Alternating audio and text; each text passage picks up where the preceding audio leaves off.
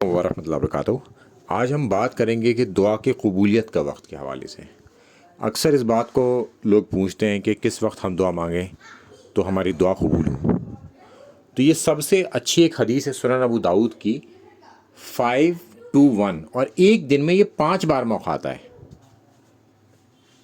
تو اس میں اللہ کے رسول صلی اللہ علیہ وسلم نے فرمایا کہ اذان اور اقامت کے مابین دعا رد نہیں کی جاتی۔ یعنی کہ اذان اور اقامت کے بیچ میں جو وقت ہوتا ہے نا، مثال کے طور پر اگر 2 بجے اذان ہوتی ہے ظہر کی اور 2:15 بجے جماعت ہوتی ہے، تو یہ جو 15 منٹ ہیں، اس دوران آپ کی نماز آپ سنت ادا کر لیں، اس کے بعد جو ہے وہ وقت ملے آپ کو، اس وقت دعا کریں، یا اذان کے فوراً بعد آپ دعا کریں۔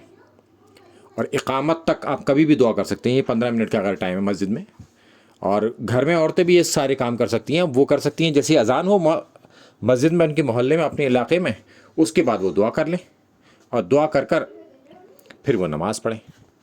تو لہٰذا اب وہ اس وقت کو پا سکتی ہیں، عورتیں بھی اور مرد بھی پا سکتے ہیں۔ مسجد کے اندر جاتے ہیں، وہاں جا کے وہ اذان کے بعد دعا کر لیں یا اقامت سے پہلے دعا کر لیں کہ اب معلوم ہے ہمیں کہ 2:15 بجے جماعت کھڑی ہوگی، 2:10 پر ہم فارغ ہو گئے نماز پڑھ کر، تو اب ہم دعا کر لیں اپنے لیے۔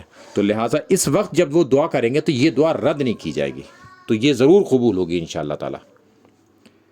تو اس کا سب اہتمام رکھیں، اور یہ ایک دن میں 5 بار وقت آتا ہے، تو اس لیے اس کو ہم ایک دن میں 5 بار پا سکتے ہیں۔ یعنی کہ ہمارے پاس ایک دن میں 5 موقع ایسے ہیں جس وقت ہم دعا کریں تو وہ رد نہیں کی جائے گی۔